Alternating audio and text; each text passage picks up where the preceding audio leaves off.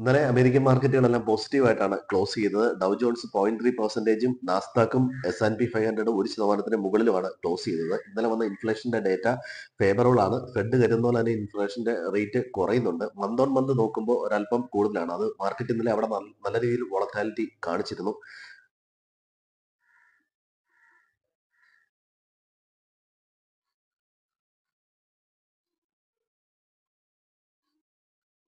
Indian മാർക്കറ്റിൽ ഇന്നലെ ഒരു ഉച്ചയ്ക്ക് ശേഷം നല്ലൊരു പ്രോഫിറ്റ് ബുക്കിംഗ് പ്രകടമായിരുന്നു. ഈ പ്രോഫിറ്റ് ബുക്കിംഗ് വരുന്ന ദിവസങ്ങളിലെല്ലാം ഫോറിൻ ഇൻസ്റ്റിറ്റ്യൂഷൻസും ഡൊമസ്റ്റിക് ഇൻസ്റ്റിറ്റ്യൂഷൻസും ബയേഴ്സ് ആവുന്നത് ശ്രദ്ധിക്കുക.